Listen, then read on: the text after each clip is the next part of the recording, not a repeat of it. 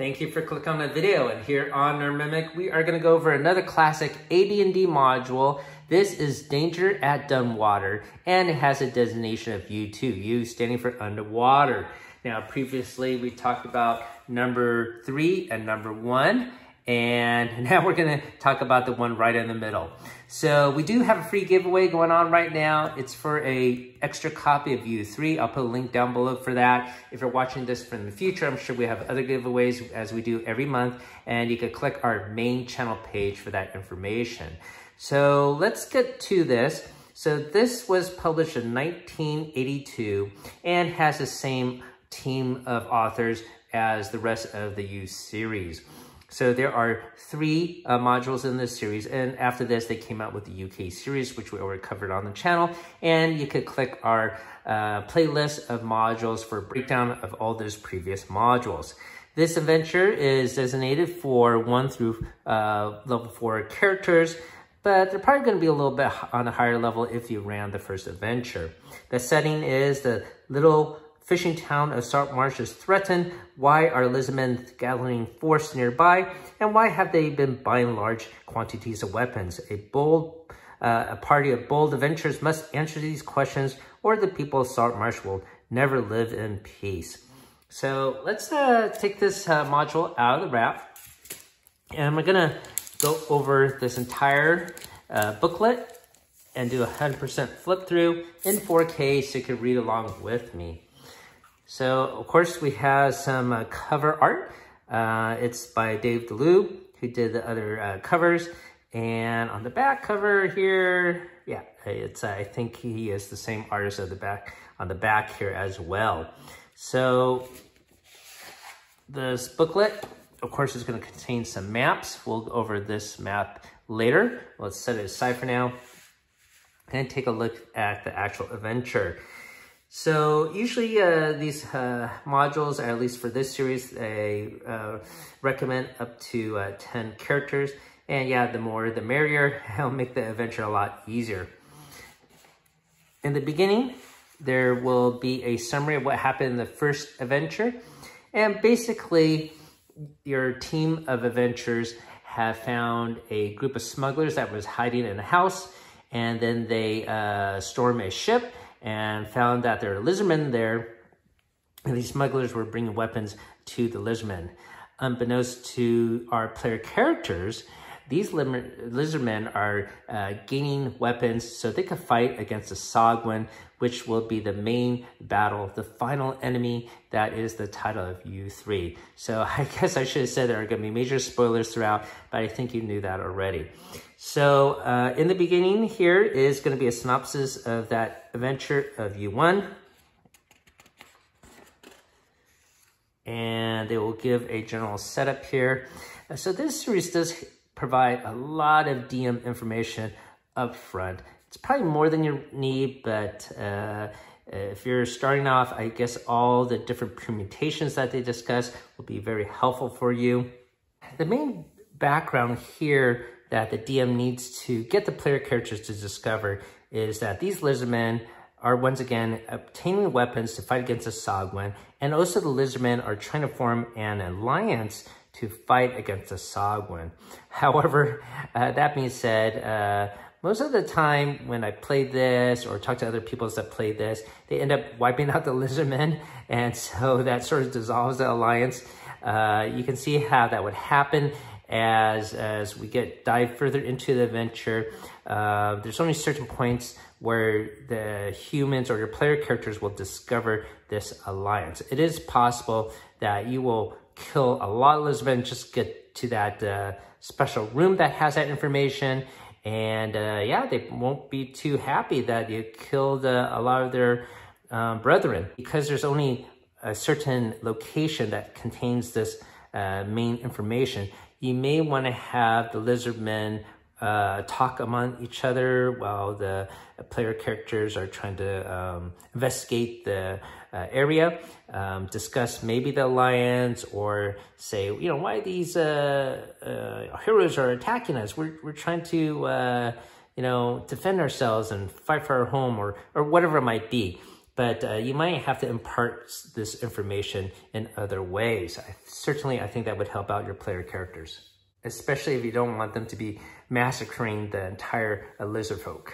If they happen to not kill them off completely, I'm sure they're going to kill some of them. This section here discusses what the lizard chief or the lizard folk would accept as compensation. First of all, they would ask for the return of all of their treasure.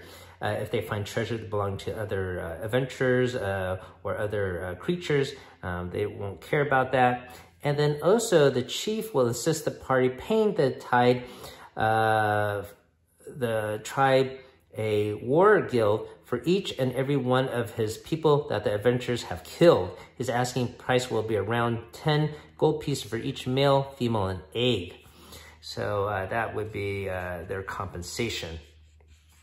All right, so let's flip to the next page here. It discusses some more about this alliance and the journey to the lair. They should have access to this boat that they found in the first adventure.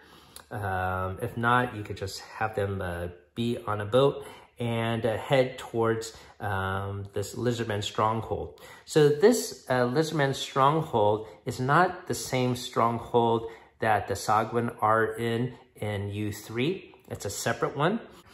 Regardless, it is in the same marshland area, and here are some tables for wandering monsters there. Flip it to the next page. The main encounter that they might have in this region is with a bullywog ambush. You don't necessarily have to have your player characters go through this, but if they do, there's one treasure that might be helpful for them, a helm of underwater action. So moving on, this is discussing some encounters in the Lizardman fortress that they're going to storm. And these wandering monsters, by the way, are drawn from key locations. So if they happen to be killed as a wandering monster, then they won't be present in the location that they were associated with. That is rather consistent with this entire module line. Now we're talking about the key to the actual Lizardman lair. And this starts on page 10. So let's bring back the map here. So here is the surrounding region, but more importantly, this is going to be the Lizardman lair. Location number 1, right here is the entrance. And I'll mention other key locations later. But this gives you a sense of where we're at right now. Just as a quick recap, once again, the player characters are tasked to investigate this Lizardman's lair as the town of Sartmarsh is troubled by the fact that smugglers are bringing weapons to them. So you're trying to see what the hell is happening and put an end to this. So right at the beginning, that entrance there, you come to a guard room with 5 Lizardmen. And by the way, the stats for the Lizardmen are going to be in the appendix. I'll show that off a little bit later, but that is one of my main gripes about this series. They don't put the stat blocks here. It would just take one line, and it would just make it really easy to scan and know how many creatures are there, and a quick reference to the stat. And of course, they could put more detailed stats in the back. Regardless, because most likely your player characters are going to go through this entrance and encounter these 5 Lizardmen, well, there's 5 Lizardmen already dead. So, if you were playing this, you're probably going to be on assumption, well, we're going to have to kill even more Lizardmen. So I don't know if you could fit in a dialogue here. They'll be upset that they are out here being challenged in their home territory. But it is up to you to hopefully give that impression that you don't have to kill them off completely. It says here that one of the guards will come out to see who's there, and seeing the party will shout out to his comrades and challenge the party. So maybe there is a possibility of having some dialogue before you have a fight commence. Regardless, the next room over, there's going to be some barracks and 7 Lizardmen. All right, and so there's going to be already a lot of creatures that you're probably going to have to battle. And if they fight those, they're going to summon more reinforcements. All right, and then in area 4, there's an officer here, his quarters, an armory, and a kitchen. It's notable that in this kitchen, they are cooking a shark, it says here, and also a sagwan. However, you're not supposed to identify them as a sagwan. You're supposed to say that the corpse looks humanoid, and you can sort of maybe describe it, but don't mention the sagwan specifically, and maybe they will get it or not. But that's a clue who they really hate. And I didn't realize it, but I guess they're edible. So let's move on. And we got a store and another barracks. Here there are 15 straw mattresses and 9 lizardmen warriors form up with an officer. There is a banquet hall as well. And this is actually not adjacent to the barracks. This banquet hall is full of females, and it's really close to the entrance here. So all those other counters is if they went to the right, but if they went straight ahead, here is the banquet hall. And maybe they could sneak past these guards. I mean, that's a possibility, and end up here and encounter a whole bunch of females that do not really want to engage in combat. So here is another opportunity where you could have them maybe discuss what the situation is, why they're getting weapons, or things of that nature to impart the information about the alliance and that the true enemy really are the Sagwan. So here is a great opportunity for that. There is a throne room here, but it is relatively empty except for some kids playing. That's right off to the side. And then a temple, and that is gonna be over in the back area here. So this temple does have a shaman, and he is not really fond of having the alliance that is being built. A lot of these shamans are sort of against that idea. If you do encounter him, he will attack or try to flee and get people in the barracks to attack you. Let's move on. And some cool artwork here by Jim Holloway. This references other living quarters involving the shamans who once again will attack you and will not be convinced otherwise. There is a cave of giant lizards, and these lizards have been trained to attack intruders. So here is another counter that would just end up in combat. Moving on. Some more female quarters. There's a hatchery, and there is a treasure room here. So this is number 26, and that would be here in the corner, hidden by a secret door. There is also a trap. And this room also has some snakes. Here's the stat block for it. Unfortunately, the number of snakes is not put right next to the stat block and separated out, and it's a little bit hidden in this information, but there are 5 venomous snakes. So this treasure room is the chief's personal treasure. It's rather mundane treasure. There's nothing really magical here. Moving on, we've got some more barracks and guard rooms. So you can see that there are a lot of lizard men in this region, and you probably might end up killing them all depending on how you sell this adventure. Certainly, there's no information yet about trying to form an alliance and that the Sagwan are the ultimate enemy here. Until you get to this room here, the Lizardmen Minister's quarters, and you can see a depiction of this really elderly lizard man. You should sell him as a very old, wise lizard man, and his appearance and age should impart some special status to him when you describe him.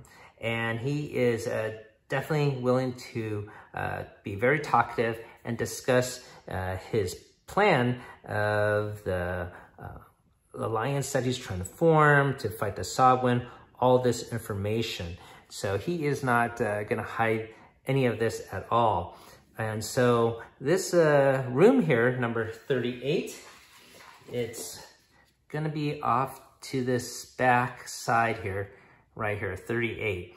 So here is the entrance. So it is possible your player characters might get lucky and go bypass this guardhouse, talk to the females who won't do combat, go through room 40 here, which we haven't talked about yet, but then end up here in the minister's room.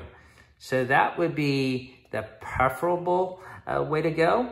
And I guess the adventure could sort of, in a way, end there. So they would talk to the minister, find out all this information that they need to do, and join this alliance.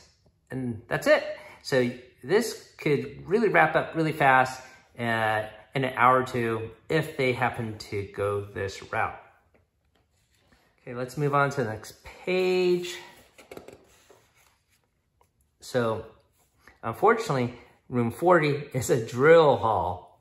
And this gets back to my main gripe about this series, about the stat blocks not being separated out. So here, they actually do put stat blocks of some of the lizardmen. You can see here is for the sub-chief, here is one for the chief. But if it was separated out, you can know how many creatures are here. I mean, just scanning in, I have to read this line by line. There are 2 groups of lizardmen, each comprising of 4 warriors. There is one supervising the javelin throwing is an officer, and the other 2 are the chief and sub-chief. And while the other 4 are armed with broadswords. So if there was a line separate for each one saying what they're carrying, it would have been a lot easier, but even here, yeah, I probably would have to take notes. Regardless, they are conducting a drill, and it also mentions that they are practicing, but they're pretty bad at it. And they're very distracted by their task of training. So it is possible that your player characters can sort of just bypass and sneak around them.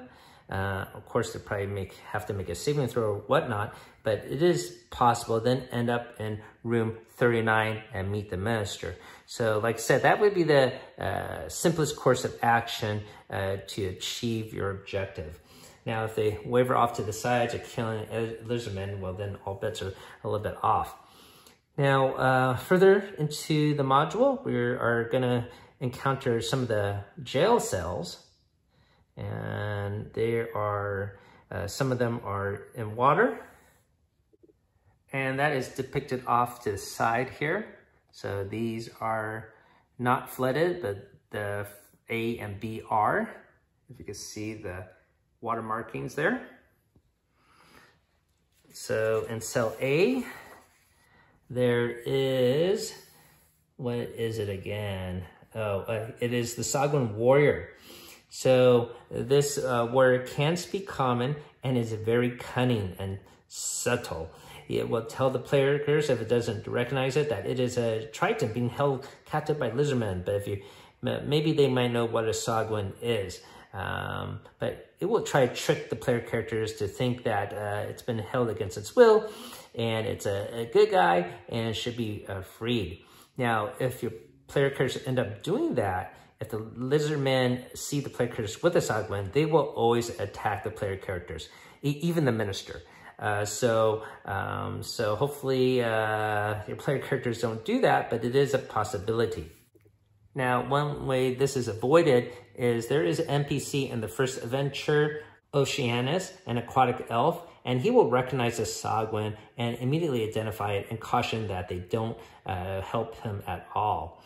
In the next water cell, I believe it's empty. Okay, and some other cells. There is a lizardman warrior in cell E here, and he's held there because he broke some rules and he's there for discipline measures. But if he sees that Sagwan has been freed by the player characters, he will attack that Sagwan immediately. And next to that is some barracks, some officer quarters, some more guards. Let's move on to the next page. So here is a description involving this large cavernous area. And there are 4 separate pools here. And each one actually is going to be sort of a residence to one of the aquatic races that are part of this alliance. So here we have the Olocatha pool, Colinth pool. Let's see, in the previous pool, oh yeah, there's a merman pool. What else? Well, I guess in the first pool is just lizardmen, and they're protecting the entrance to this area. So here are the lizardmen, and the other races are in the back pools. Regardless, they don't want to engage in combat. They're here for treaty discussions. And so this is one other way that the player characters can get information about this alliance and that the Sagwan are ultimately the enemies. I mean, it is possible, instead of going to this entrance, which they'll probably be leading this way because of the smuggler notes found in the first adventure, but maybe they might enter this back way. But if they do, they will have to encounter all these other lizardmen, but maybe they will be able to get information about the alliance. I don't think this is likely, but this is another possible scenario to end the adventure very quickly. They enter here and have discussions with the core members of the alliance, and that's it. Okay, here are some concluding notes discussing the aftermath of it. And then, of course, once they discover this alliance, or the purpose of the lizardmen, that they should attack the Sagwan, because the Sagwan are mounting to take over this entire region. So this ends the danger at Dunwater. So on the following pages, there's some optional things that can do. As I mentioned, this adventure could be quite short, even shorter than number 1, which has 2 one-shot kind of adventures. A crocodile lair, an oriental dragon lair.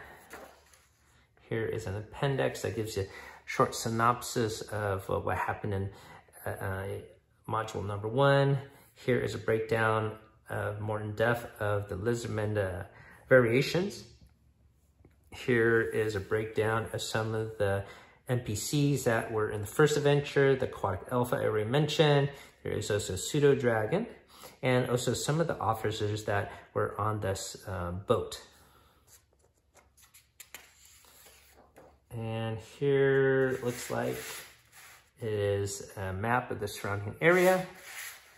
And here are some characters that you could use to get into the adventure very quickly. Oh, and here is a repeat of the map that the player character would have found in U1. So that's it. So pretty lengthy at 32 pages. However, the adventure can end very, very quickly as well, depending on which route they go through. So what do you think about this adventure? I think it's a rather cool. It all is dependent on what your player characters do, of course. And I guess that's part of the beauty of Dungeons & Dragons. There are many things that can happen that's open to your imagination. However, if you want to lead them down the correct path, that is what they would possibly do. I mean, going right down the middle, I think most people probably do that. But we'll see what happens when my daughter and her friends try this when they get of age. About my own personal experience, when I played this in the 80s, our Dungeon Master Brian ran this for us.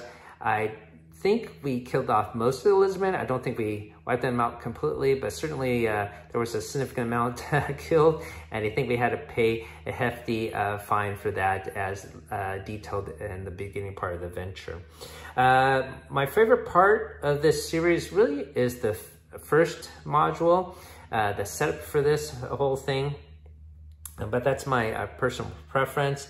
Hopefully you found this review helpful, and the notes or advice I gave you helpful as well. If you do find it helpful, hopefully you can hit that like and subscribe. It's certainly free to you. It helps us out on the channel. As always, thanks for watching and keep on adventuring out there.